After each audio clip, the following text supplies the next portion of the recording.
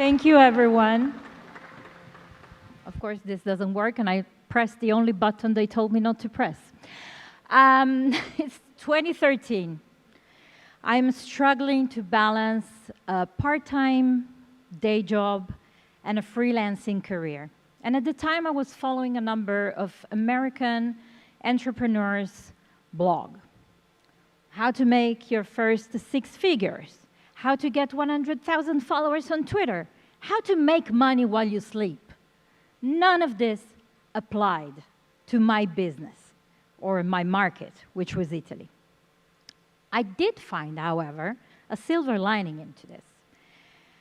I found through this really unreasonable chats and classes and books and forums, a group of like-minded Italian women that were facing the same struggles I was. So we wondered, what if we create something for female creative entrepreneurs in Italy? And we'll do it in Italian for the Italian market. Because in Italy at the time, there were not 100,000 Twitter people. So how could we get 100,000 followers? There weren't as many. So let's do this. So at the time, I was building WordPress websites for a living. So of course I said, let's create a blog. That's the most natural thing to do. So we wanted to share our knowledge, talk to other women, and see what happened. And since we were on a mission to help as many women as we could, we did this for free. And so CPUB, which is Casa Più Bottega, Home and Studio, was born in September 2013. This is a screenshot. The design is nothing revolutionary. It's a blog. And the main thing about it is the content. Spoiler alert, the blog has stopped publishing in December 2022. But over 9 years, we achieved great results. I personally learned a lot. I learned how to collaborate remotely and asynchronously, a word that I will never learn how to say in English. And how to optimize the editorial workflow, which is the topic of today's talk. So as soon as we launched, the response was amazing. And I know that for some of you, these numbers might look small, but remember, this is a blog for female creative entrepreneurs in Italy, which is a very small niche, especially in 2013. And we covered pretty much all of it. And the content, this is one of the things I'm the most proud of. The content was so good that we had a really big male readership, despite the fact that all our articles addressed a she and often used stuff like, "Hey, sister," in our opening lines. I would like to say that we started with a strategy. We did not. And probably we never had one, let's be honest. But this was also intrinsic to the nature of the blog itself. In a sense, its birth was very similar to many open source projects, like WordPress. We had a niche to scratch, finding information for women entrepreneurs, and we started pouring our hearts and soul and everything we learned and everything we didn't know and we wanted to learn on the pages of the blog. Let's say we had a strategy, or at least we had some guiding principles. So we had 3 guiding principles. One was right for our specific niche. Don't get sidetracked. So it's female, creative entrepreneurs in Italy, most of the time at the beginning of their journey. We never wrote to impress other people. We wrote to be helpful. 2, choose topics that are relevant, that the audience finds challenging. This will help you create content that is useful and not, we wrote a lot of how-tos and actionable articles and not some vague mission statements or, theoretical musings. And 3, make the articles readable, indexable, and accessible with a good semantic structure. I'm an HTML fan. So that was from day one.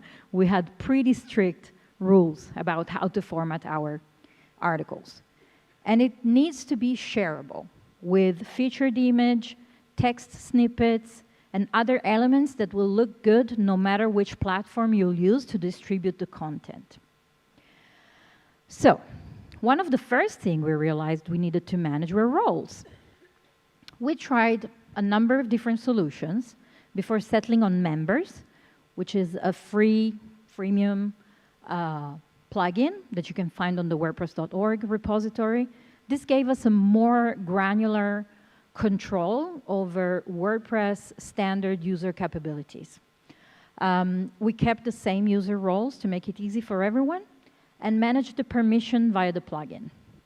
So editors could edit articles, but they could not do updates, they could not install new things. Authors could only write their article, upload their article, and edit it until the publishing. Once the article gets published, only editors could edit the post. And finally, subscribers, which is the status we moved all the previous writers, so they cannot do anything other than changing their user profile, something we encouraged everyone to do over the years, so to keep it relevant. I keep pushing the only button that I should not push. It's incredible that nothing has exploded yet. So I have decided early on to limit the access for two reasons. First, quality of the content was very important for us, so we wanted to review every article before it went online and wanted to make sure that nothing would be changed without an editor permission and oversight. And second, I really wanted to reduce the standard capabilities to lower the surface of attack in case of hacking, something that happened to us very early on the process. So that was a good lesson, so we tried to implement better security processes. The plugin is very easy to use. You have all the WordPress functionality and plugins on one side, and then you can just give the capability, grant or deny to the person. It can go very granular, so that's very useful. And the other thing that I really wanted to limit, and I think anyone who has ever written for a blog knows this one, the ability to create tags and categories. 4 years ago, we did a content audit. We had over 1,000 tags, which were reduced to 60, and we had over 30 categories, which were reduced to 8. This makes it so much easier for the reader to move around the blog and find the content that is really relevant for them, instead of 7 different variations of the word portrait, portraits, headshot, headshots, avatar, gravatar. You know, they all mean that that person's face is there. So we tried really to limit that, to focus on how easy it would be for our readers to go through it. Again.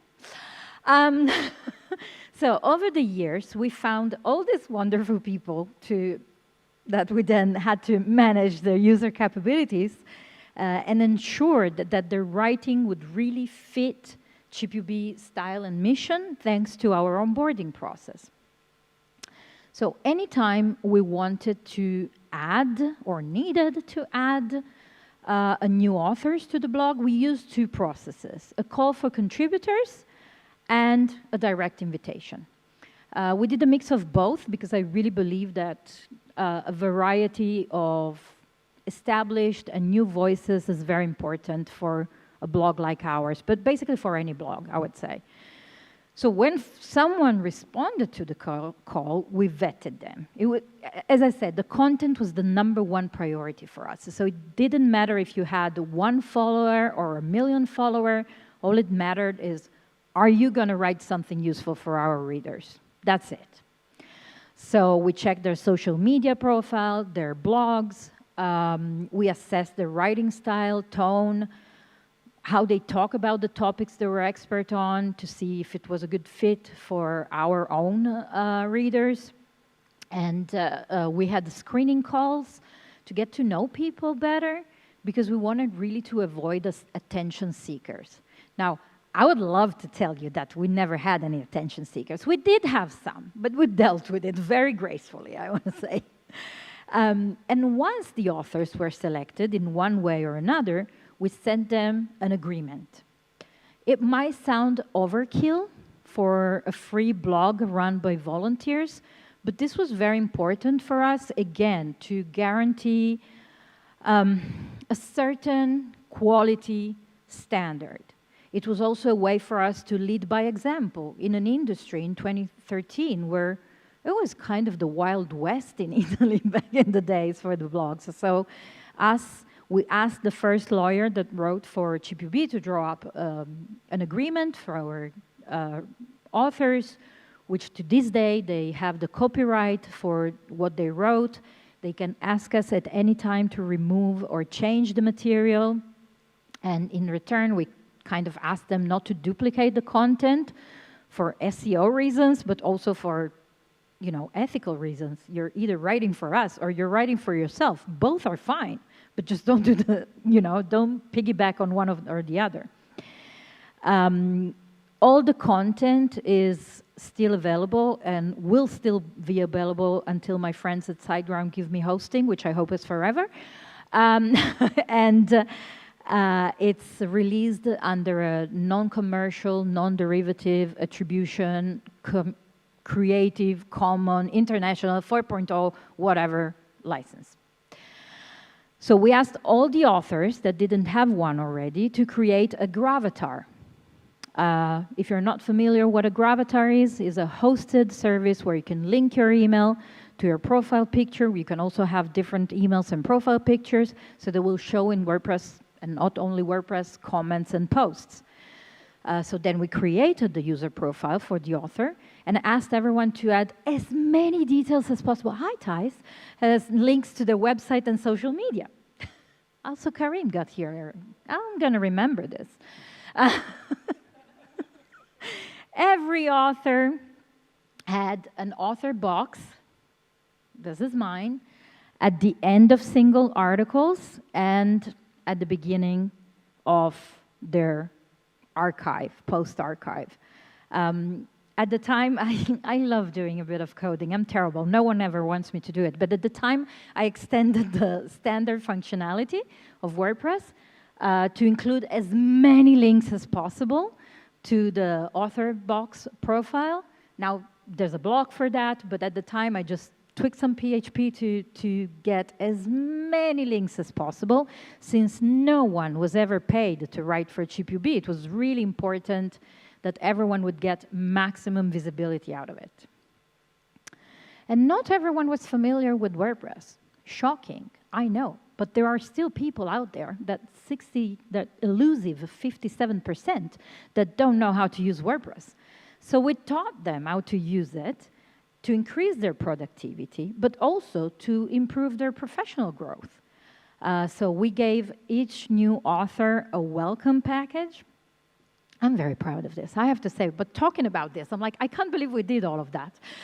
So with a lot of instructions. How to fill out your profile for maximum visibility. How to format the post for the HTML aficionado here. How to write for SEO without forgetting the people. Guidelines on how many words to use. What else did we put? Oh, we put common spelling mistakes. And I was very wary of this at the beginning. I was like, people are going to be offended. Instead, people years later thank me for that welcome package because, like, when I have a doubt about how to write that thing in Italian, Italian has tons of accents. So when I have a word about how to use oh, hello, Stefan, how to put the accent, they go back to our welcome package. So that's great. We built the documentation over the years. So it wasn't this good at the beginning. But if you're starting now, there are 2 international resources that I advise to use, and one is very much for Italy. One is MailChimp Style Guide, which is also released under a non-commercial, non-something, yes to something else, Creative Commons license. I wish I could remember those, but I never do.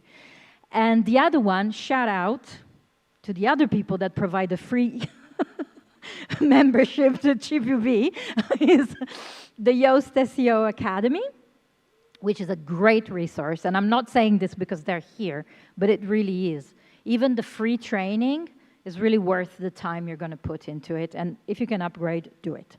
And then the other one is Italian is a very opinionated, gendered language. And because we wanted everything to be first for female, and then we expanded this. There's a big topic in Italy about how inclusive our language is. But this is a guide we used from an Italian linguist that really helped us bring it up a notch in terms of writing. So once we gathered all the writers, we created an editorial calendar. At the beginning, and again, I don't know how we did this. Now, when I tell it, it sounds just insane. We posted 6 to 7 times a week. Then, a couple of years into the story, into the publishing, we ran a survey. 900 people replied. That's a lot of replies. Like, we didn't expect that response. And the main reply we got was, we cannot keep up with you. You're writing too much. So we decided to move to 3 times a week, but long-form posts.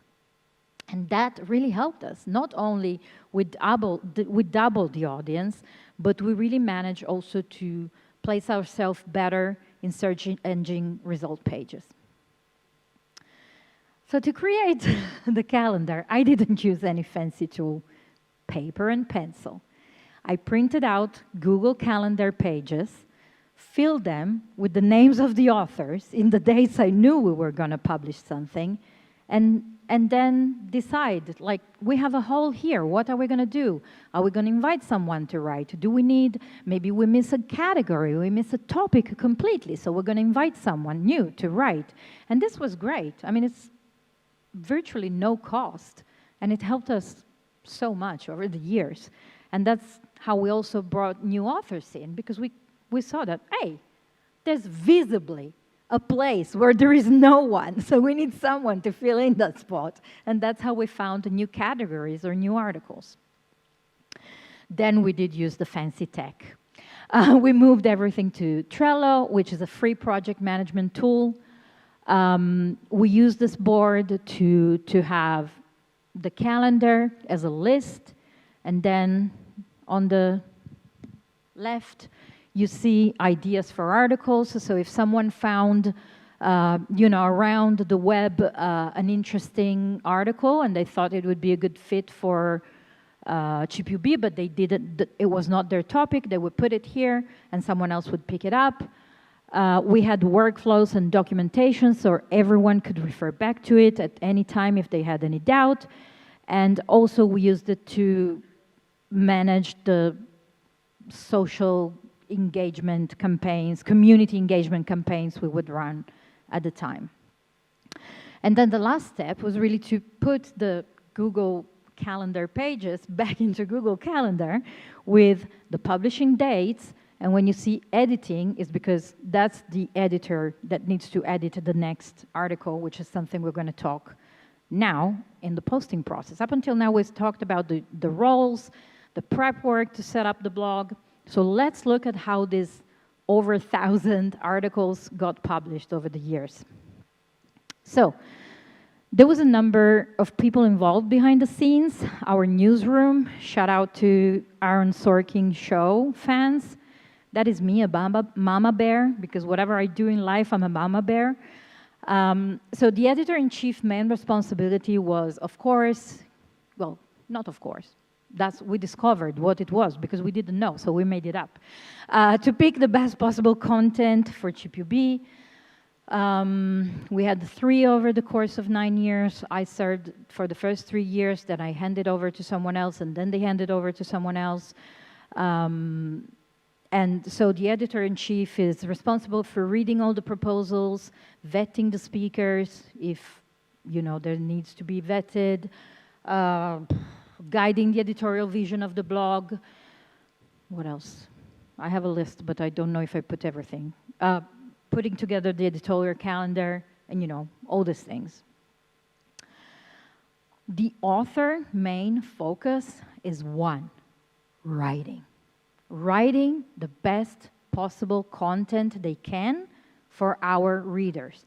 That's it. They don't need to worry about anything else. They could get inspiration from various sources, industry news, their own subject matter. They were all subject matter expert on one topic or another, so that.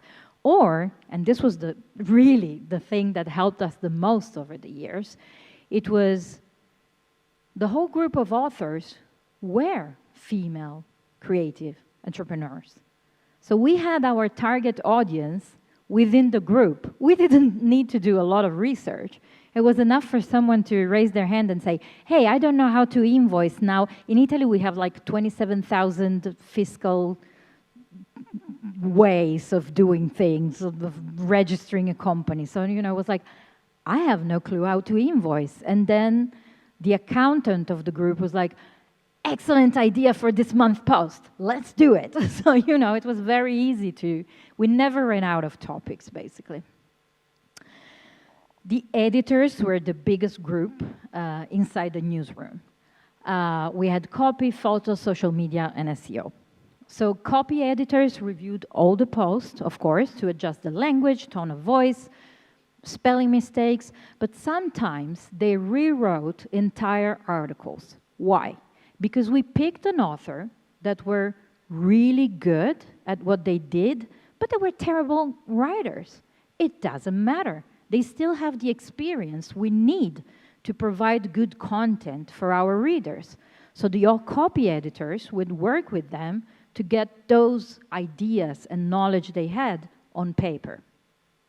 Then we had the person in charge of picking an image for each article we had, and not one of the templates we used.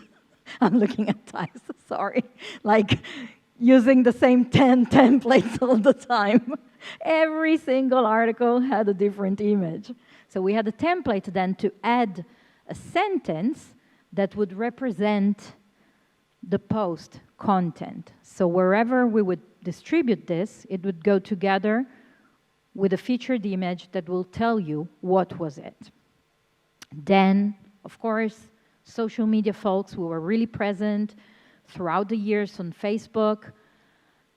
We experimented with Instagram. We failed miserably. What is written there? Because 5 minutes, oh my God, I'm late. So social media, SEO, we really tried to cover it all to make the best possible content. I'm really late. So 6 people read each article before publishing. That's a lot, but that's what ensures a consistent quality throughout over 1,000 articles. So to manage it all, we used Publish Press, which is also a freemium plugin. We used its free version, but also some paid modules to manage. It really provides great help for editorial workflows for teams that have to share all this information.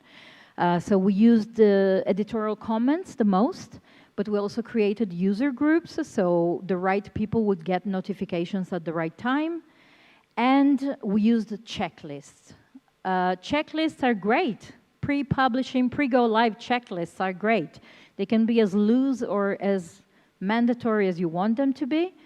Here are some examples: a comment, the checklist of must-have and nice-to-have, required, non-required, and then notifications at the article level. So this is the whole process. It looks insane, but that's what worked for us. I won't lie, so we came up with this completely randomly and intuitively. None of us had any previous experience in, large blogs or publishing companies. So I'm very proud to see this on stage because after I went to work in WordPress agencies and companies, I realized that this is how it's done. This is how actually big companies do that. Having a detailed process really made us incredibly efficient for a group of volunteer contributors. So I would say don't be afraid to be directive. That will help people. Removing the guesswork always helps. So the last important piece of the puzzle is the human factor, which is also the hardest to manage, always. My number one rule, I would say in life, not just for blogging, is ban trolling and pettiness. So if a writer started to complain about what they were given, how much visibility and things like that, it was time to have a talk. And if commenters got abusive or personally offended one of the authors, no mercy. IP blacklisted, person banned forever. Ban trolls and bullies. That's really my number one rule in life, I would say. Again, it happened, but we dealt with it immediately, firmly. It was not pleasant, but it was necessary. If at any point, this is also something that I learned at GPB, if at any point you realize that someone or part of the process is becoming a blocker, figure out how to remove that. And if you are the bottleneck, like I was, remove yourself. Delegate. So for more than 3 years, I felt that I needed to do everything. I needed to know everything. I needed to control everything. Guess what? GPB was not growing because I was everywhere. So luckily, I realized I had a lot of work to do, so I couldn't keep up with that. And that's when I realized that delegating is a wonderful skill in life. And documentation, Milana, documentation matters, hashtag. This was really helpful to ensure that we would hand off the project or the article to someone more or less seamlessly. And it's also important to empower people. When we saw that someone was really invested in GPB, we said, hey, do you want to do something else? Do you want to be an editor? Do you want to manage one of our social media channels? Do you want to bring up a new initiative? That's great to empower people. You'll never know where the next great teammate is going to come from. Don't forget to welcome change. Again, this is the Italian mama bear in me. Whenever someone wanted to leave, I was like, oh no, how? We built this together. Why are they leaving me? It's natural. It's okay. I will have to convince myself to do that when my son turns 18, but that's it for another topic, for another talk. So I started seeing this as an opportunity. If someone is not as creative and as driven and doesn't have the mindset, doesn't have the energy at that time to write, then we do a disservice to our readers. And it's an opportunity because, they go do something else, and there's new space for people that actually have the energies and have the creativity and have the mindset in that moment to bring something new to the table. Finally, a blog without readers is nothing. Find a way to talk with your readers and not to them. Listen to them. We had different initiatives on different channels to communicate as much as possible with our readership. We had Facebook. We had this Follow Friday that it started on Twitter, and we're like, let's do it on Facebook, where people have more space to write. It was back in the day where only had, 120 characters, whatever. So on Friday, we would post something and people could reply with a link to their business, and a lot of collaboration started out of that, which is beautiful. Cost, zero. We had, before Instagram was cool, and that was really a fail because we were on Instagram from the beginning, and we had this hashtag un piano, which in Italian is both I have a plan and I have a desk. So we asked the people to post pictures of their desk, messy, curated, doesn't matter, and we would repost them or tell us what they were working on, which is also a great place where you get a peek inside the lady that did the earrings. So, you know, you could find what she's up to. We had monthly Twitter chats, a book club. I forget something, I'm sure. And we open call for contributors all the time. And I believed, and I still believe, that CPB readers made for incredible new authors because they knew exactly what the blog stood for as readers first and as authors later. So, despite the constant flow of "Is blogging dead?" articles, which basically have started to appear the day blog were invented, so we've been at this for 20 years, blogs are not dead. In the last few years, we've seen time and time again how risky it is to put our content in someone else's hand. We've seen how much the open web is under threat from proprietary solutions. And in terms of branding recognition and positioning, a blog is still a really good tool, a powerful one to have in your content strategy toolbox. So use it wisely, and I'm sure it will help your business and community grow. That would be all for me. I'm Francesca Marano, the Director of Engineering. I'm not a coder, so I deal with learning and growth of our wonderful engineers at XWP. You can find me in these places. I'm usually Francesca Marano everywhere. I'm late to reply at everything, but I would love to continue the conversation either here or online. Thank you so much for listening.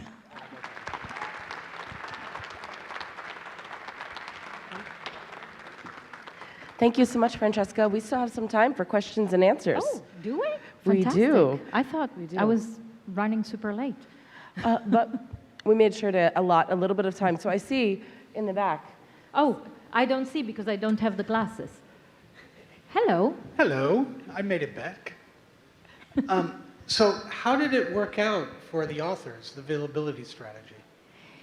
It did work out so well that the first group of authors left me heartbroken because they got so much business out of this visibility they got from that blog that at some point they were like, we don't have time to write for GPB anymore. We have to write for our own selves, or we don't even have time to write for our blog because it's business, business, business. So it worked very well. Thank you for the question. Thank you, Other questions, but I need someone to point me somewhere because I don't see anything. I don't have my glasses on. Over here. Hi, Hello, Bernard. Francesca. Yes, I'm coming over there. Otherwise, yeah. I'm not going to see you. I hope I don't trip on the way. So, It's going to make for a fun moment. what was finally the reason not to continue with blogging? And was it like a team decision, or was it just done, the project? What was it that you stopped? So, I think things have a life cycle. As I said, the GPB was very grassroots, was born out of necessity. The first group of authors were desperately lonely. We were women that were launching online businesses at a time where this was not so common in Italy. So we really were enthusiastic about it. We wanted just to share all the things that we did well and all the things we didn't do well with other women. Over the years, a lot of big players came into the market. Some big Italian newspapers started their female-driven initiative to use their diversity, equity, and inclusion budget, I believe, because a lot of men wrote for those blogs. So, you know, when you have Corriere della Sera, which is like, I don't know, the daily stand, I don't know the name of the, well, it's a big newspaper. So when they have budget of millions, you know, and they start opening this satellite projects and satellite blogs for women in tech, and then there was this, you know, women in tech, everyone is a woman in tech, which is great, I love it, I'm a woman in tech. So at some point it was like, what do we still have to offer? And also we were tired. This is volunteer work. And you know how tiring volunteer work is. So we went at it for 9 years. And then last year in September, we said, okay, we're gonna pivot, we're gonna do this, we're gonna do that. And also when we started, we were all in our early 40s, now we're in our early 50s. So we were like, I'm too tired for this. And we found a new generation, but then also this new generation got a bit older, and they got a lot of business thanks to the visibility. So at some point, it just ran its course. But I'm very happy the content. I'm now doing a new content editing audit to just leave the evergreen content, because, you know, if there is some Pinterest stuff there that is not relevant anymore, I don't want it there. So we're doing this slowly and just, you know, reducing the number of articles and focus on the evergreen content. And I really hope it's going to be stay up for many years. Thank you. John, you had a question. I'm coming here so I can see you. Wonderful talk, thank you. Thank you. Did you, at some point, consider monetizing it? Why not? All Why? the time. And then why did it end up shutting down exactly? Like just Because it was also a lot of work. Like monetizing a blog is not as easy as people think it is. So we were all the time, oh my God, we have so many readers. We're gonna get rich out of this thing. Nothing. Maybe we made like 120 euros for a sponsored post once in 9 years. It just didn't felt, we wanted it badly because we're like, we're giving great content. It's great content. But finding sponsors, finding how to monetize it is a job, and we were already so busy with the content that we're like, okay, what are we doing? Are we keep focusing on the content and be, you know, up late to do this? Or do we start looking for sponsors? Do we start looking, we didn't want ads. It didn't feel right for the audience. So yeah, we didn't make a buck. And I'm so grateful for the people that sponsored us from day one, because, no, not from day one. The first 2 years I paid for everything. So yeah, we thought about it, but meh. We have time for one more question. I don't see any question, but I also... Okay. Oh, sorry. I'm so sorry. Thank you, Francesca. Thank you. Oh, once again. Let's give a round of applause for Francesca. Thank you so much.